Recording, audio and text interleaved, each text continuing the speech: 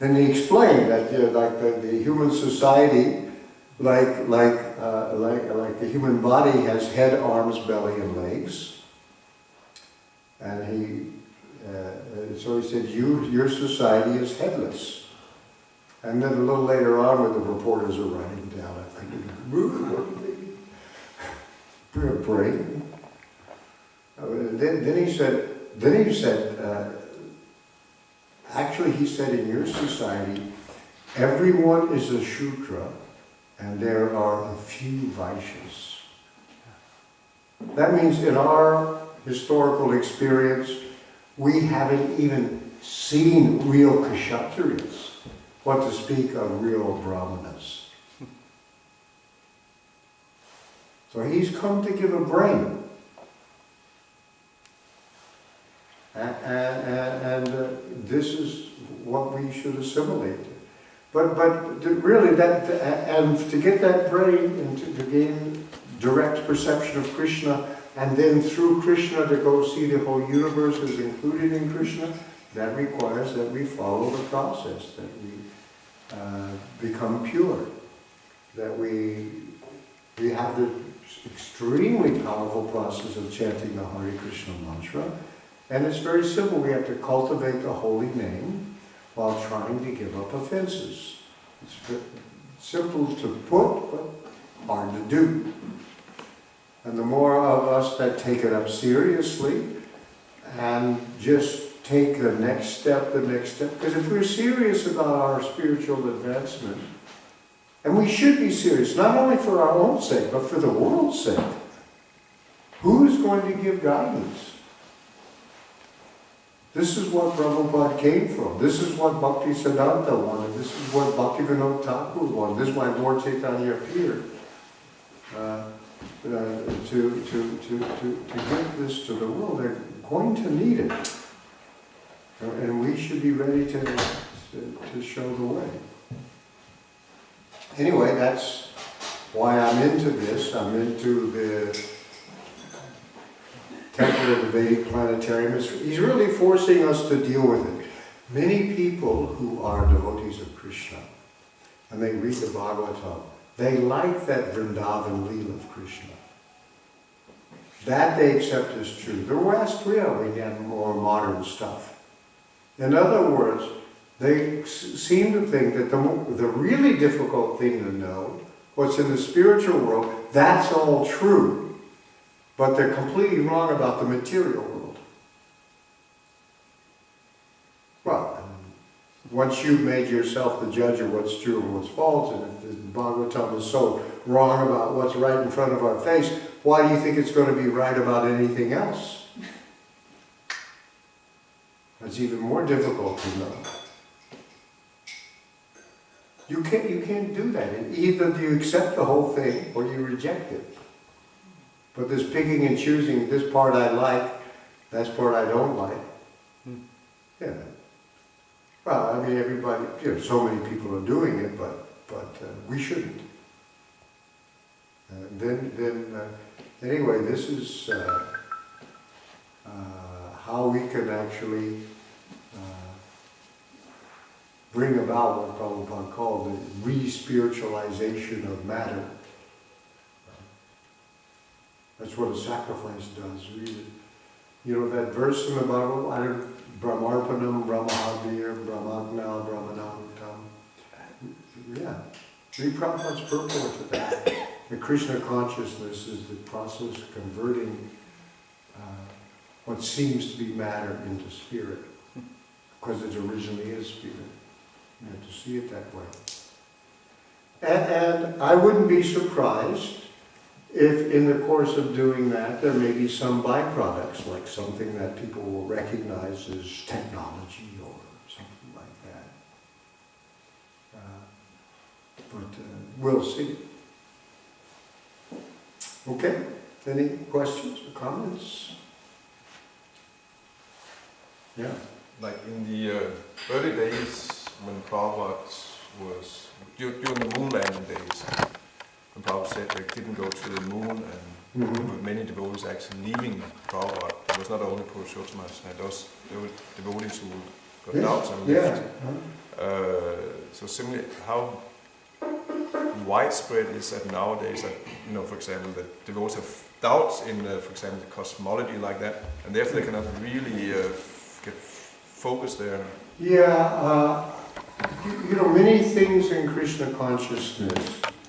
Once I realized I accepted Srila Prabhupada's authority, I just accepted it. There were things that I accepted are true, and I had no idea how they were true. So my private term for these things, I put them in brackets. I'm just like, okay, somehow it's true. I don't know how it's true, but I accept it. And most of those things became cleared up in time. But this one was very difficult. When the fifth canto came out, devotees got flipped out. Especially in America, because that was the big achievement of America. Was to watch, sending men to the moon. We all saw it on television. It was a big event. So many people actually treated it as a kind of spiritual experience. When they were showing the guys walking on the moon, young kids everywhere were taking LSD and watching it, because we were also space travelers.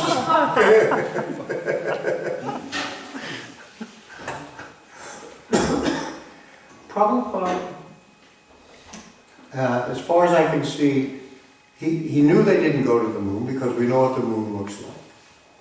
How they didn't go to the moon, he gave three possible explanations. That's what he said. It wasn't, one explanation was, of course, that it was fake. It was a hoax, He said that one time he saw a movie in which a giant monkey was climbing a skyscraper. I think in his house of life, Prabhupada took his kids to the movies, and they must have gone and seen King Kong. Remember that he's up on top and the airplanes are coming after him on the Empire State Building, his famous special effects. He mentioned that you can fake things. The other thing he said was that they may have landed on Rahu or Ketu. Here's the idea: they went there, but these invisible planets, Rahu and Ketu, which only show up during eclipses of the sun and the moon, they're the north and south lunar nodes according to modern astronomy, but the Vedas say they're invisible planets, and they're demonic. Maybe they landed on Rahu or Ketu, which they're close to the moon. And the third thing he said, they could have gone to the moon, but they did not enter the atmosphere. In other words, they remained earthbound because they were in a spacesuit and breathing earth air and eating earth food, and they didn't enter into the atmosphere. That one does the least amount of damage to your conception. But anyway, he gave these three different reasons why. But he was convinced. I mean, just when all devotees were freaking out, Prabhupada was in Los Angeles. And they brought some reporters to talk to Prabhupada. And Prabhupada said they didn't go to the moon. He told these reporters, and he said the reason they didn't go to the moon is because the moon is farther than the sun. And then he gave them an argument. You can read the transcript or listen to the tape. He gave them an argument that they couldn't refute, that the moon is further than the sun. And Sunday comes before Monday. True, right? And nobody said, what does that have to do? Anyway, that's what he said.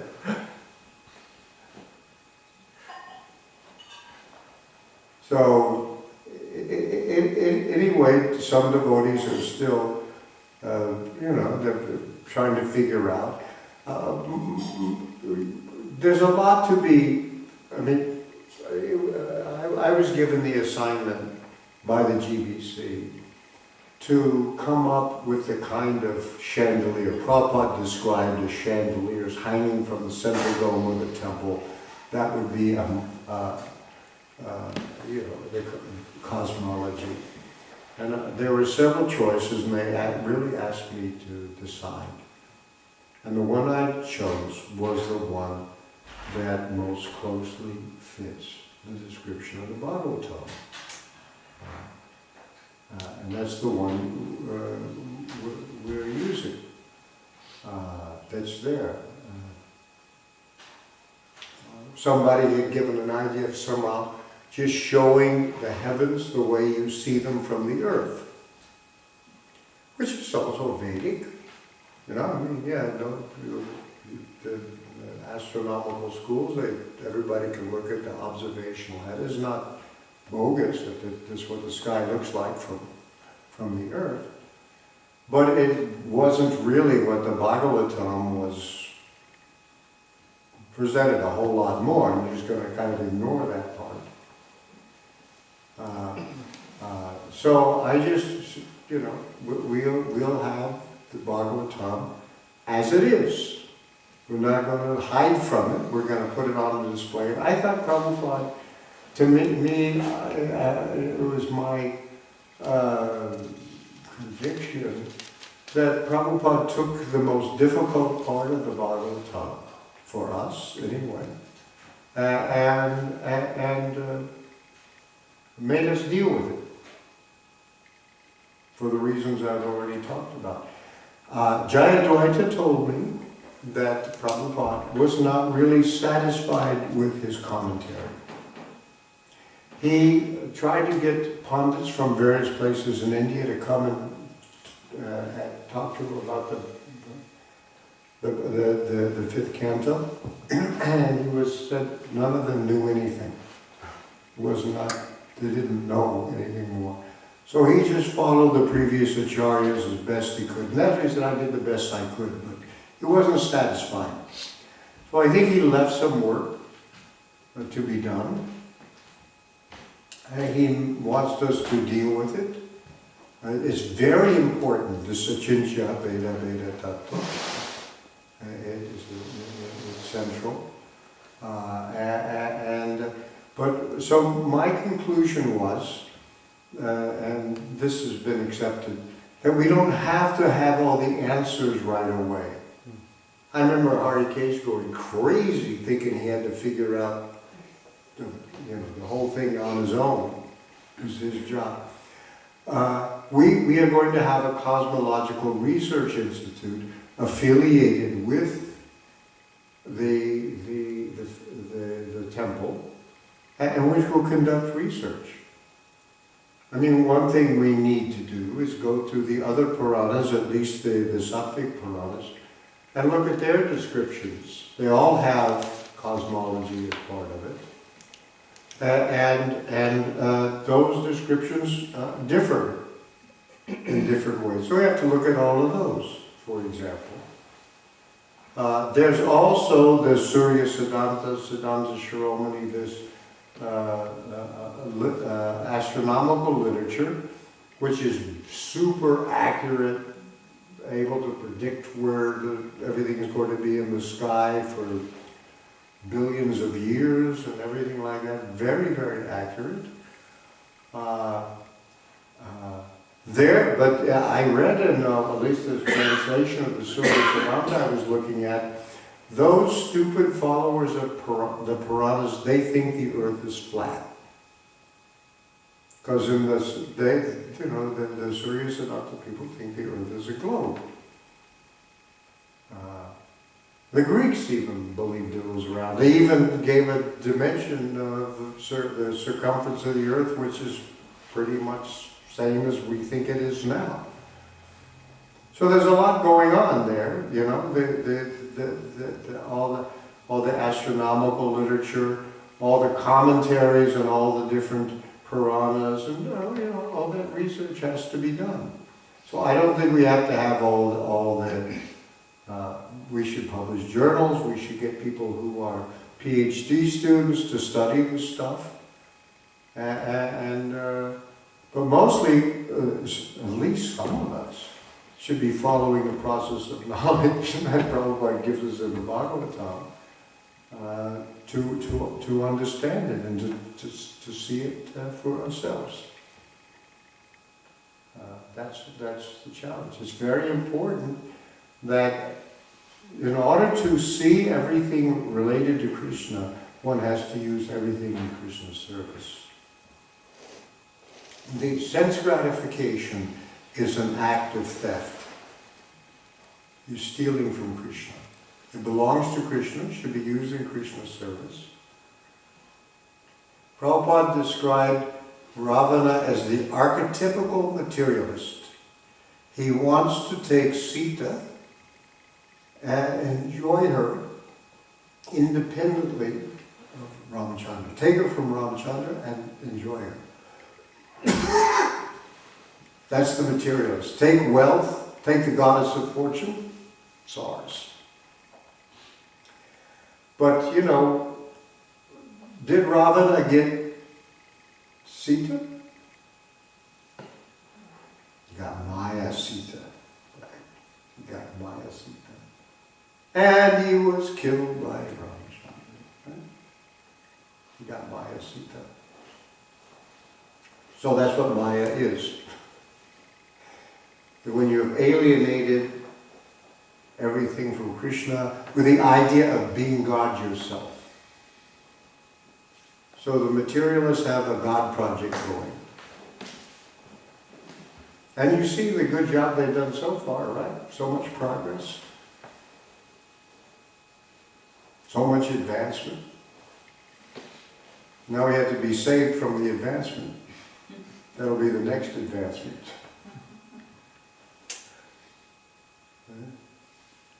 They have faith.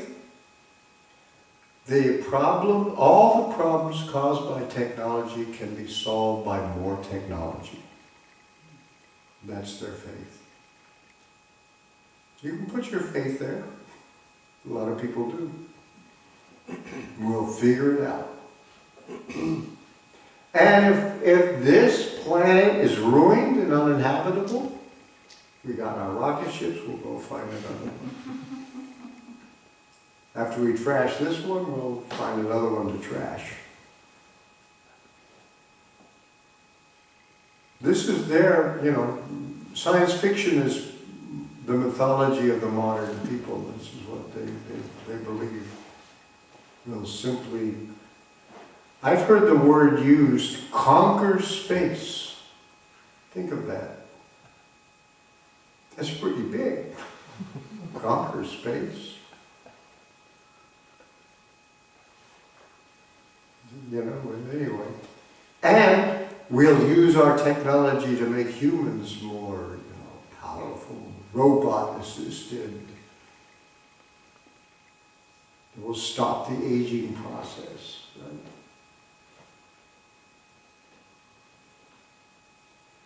This is what's being done by demons, of course. But, bad word, huh? Maybe they're on the sides of the demons. Anyway, you can choose your side. The devotee side or the demon side. Where do you place your faith? Huh? Really, all processes of knowledge begin with faith. And so the question is, where do you place your faith? Now, we have a theory about placement of faith. The agency for the placement of faith is called buddhi. And therefore Krishna says, Dadami buddhi yogam tam yena mamubhai. I give them the buddhi yoga, the intelligence by which they can come to me. But if they want to forget me, I give them that buddhi. Which do you want? Choose. And it may become, pretty polarized. In the course of time, you may not be so much neutral ground that I believe in both sides. Anything else? questions or comments? Yeah. I'm also coming across not only not believing in Shastra, but also like commentaries of Prabhupada that you can pick and choose there too. That if commentaries from Prabhupada doesn't coincide with, what's there word for word in Shastra, and that Shastra, as the text, Bhagavatam is different, that the commentaries are not absolute, but only if they say exactly word by word the same thing as... Who says this? I don't know actually the names. No, but yeah, read another. This one, and there are others. I take, it's not necessarily that word for word, but Prabhupada called his commentaries what? Purport. You know what the meaning of purport is? This is the significance of what this statement is. That's his purport. Now, you can read previous acharyas and they have different purports. And they may differ from each other. Usually if the authority disagree, except somehow they're all true. But Srila Prabhupada, well, you can see he's the one that came and gave us Bhagavatam. And so I'm not doubting Srila Prabhupada's purports. I have confidence in him. I can understand that other people find other things in them, and that's also very good. I don't think that there's any big difference between Prabhupada, because he, when he gave his commentary, he had Bhagavatam with the commentaries of the previous acharyas, and he looked at it and then gave something that was understandable by us. And so that's what I accept.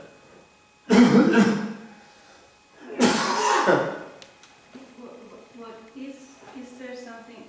What is our hermeneutics that commentary purports they are shabda or not? I think that they're Shabda Brahma. It's a realized soul. I never heard anybody of my godbrothers sit in front of Srila Prabhupada and say, well, I accept the text, but I don't accept your purports.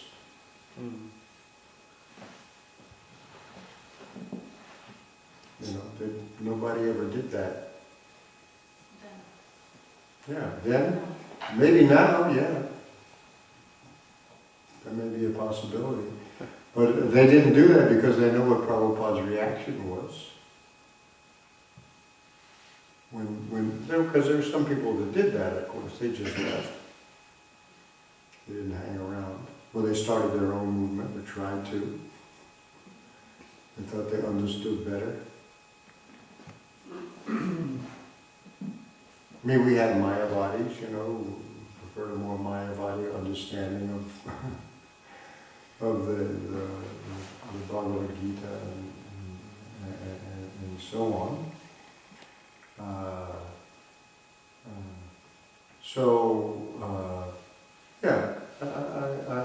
I will. To me, I mean, this is how I read them. Prabhupada's purport is a purport. This is the meaning of this text. He also gives word for word. And so you can go from the purport, and then back into the text, read the text again, read the one before and the one after, and see what the narration is. It's true that we also have, for example, Bhanu Swami has translated Vishwanath Chakravarti Thakur's purport. And Vishwanath Chakravarti will say one thing, Prabhupada will say something else, so somehow they're both true. Usually Prabhupada's had Vishwanath Chakravarti's Thakur, but there's a bunch of commentators, and they all have a different, somewhat slightly different angle of vision. And, you know, so there's a certain amount of, Vishwanath Chakravarti Thakur is a self-realized soul too.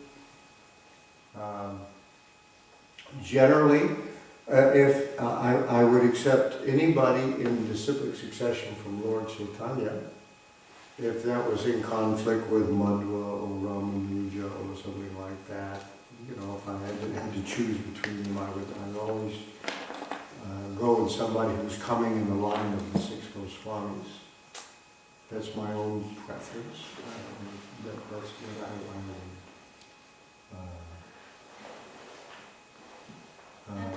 but you should read, you know, there's a certain reverence for the fact. I mean, the whole Lord Chaitanya's criticism of Ballava Acharya, Ballava Bhatta, who became Ballava Acharya, was that he thought he was doing better than Sridhar Swami, and he said, no, you have to accept the previous Acharyas. So then how you maybe deal with differences among them, that you maybe need some guidance or things like that. They're not always so simple. But we start with what Srila Prabhupada is. He's the one that took the trouble to come and get us and give us Srimad Bhagavatam. That's really start there. Isn't it also, I don't know where I have it from, but you can jump over the most recent Acharya to understand the previous Acharyas, but you have to understand the previous. That's right. Yeah. There's a distinct succession for a reason. Yeah. Because that's also. Yeah, jumping over, yeah.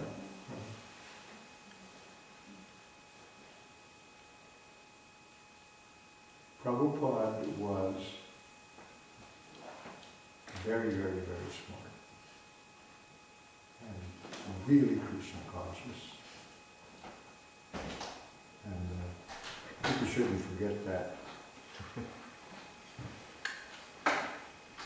I mean, you know, to do what he did, starting at the age of, you know, coming to the West at that age and do so much in such a short time, is very, very special. You know, I mean, it's hard to find anybody who actually did something he was able to do. Yeah. I want, yeah. So, because it's that when you have implicit faith in both Shastra and spiritual master, then you can understand things. And I think this implicit faith, to me, it says that you have to accept purpose of the spiritual master. So, well, yeah, I do. I believe that, yeah. And I said, if I don't understand how it's true, well, I just have to wait and see. The other thing is, you know, now I've been in this movement long enough to have read, you know, a book of Srila Prabhupada in my second year, and then in my 10th year, and then in my 20th year. And each time I read it, I see things I didn't notice before. Because if you get rid of the junk, you know, things become more and more.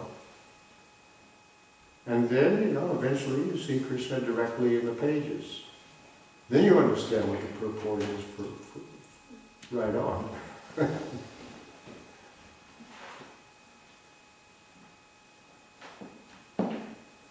When Prabhupada was being interviewed by reporters, one reporter asked him,